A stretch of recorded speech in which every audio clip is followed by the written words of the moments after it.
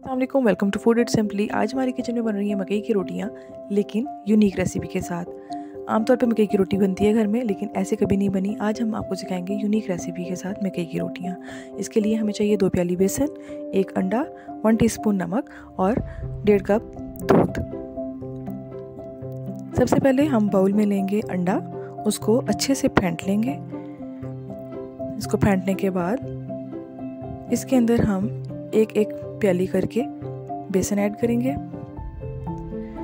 इसको अच्छे से अंडे के अंदर मिक्स करेंगे और इसके जो लम्प्स हैं उनको ख़त्म करेंगे। इसके अंदर कोई भी गुठली बाकी ना रहे, इसलिए इसको सबसे पहले अच्छे तरीके से मिक्स कर लेंगे अंडे के साथ।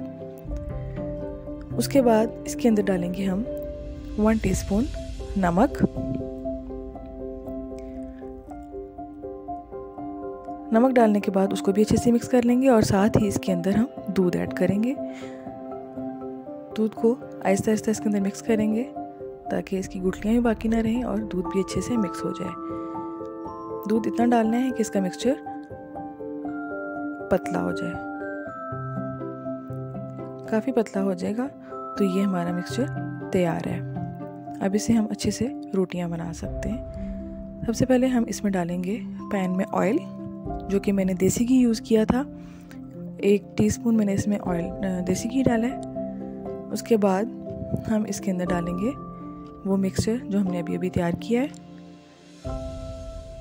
इसको अच्छे से यहाँ पे थोड़ी देर पकने देंगे। जब ये बबल्स इसके ऊपर आना शुरू हो जाएंगे तो हम इसको पलट देंगे। ये देखें कितनी प्यारी रोटी तैयार है। इसको अच्छे से पका लेंगे यहाँ पे।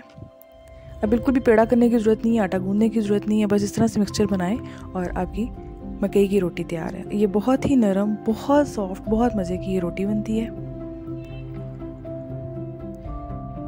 यहाँ पे ये रोटी बिल्कुल तैयार है। इसको अच्छे से पका लेंगे और इसके बाद हम इसको डिश आउट कर लेंगे।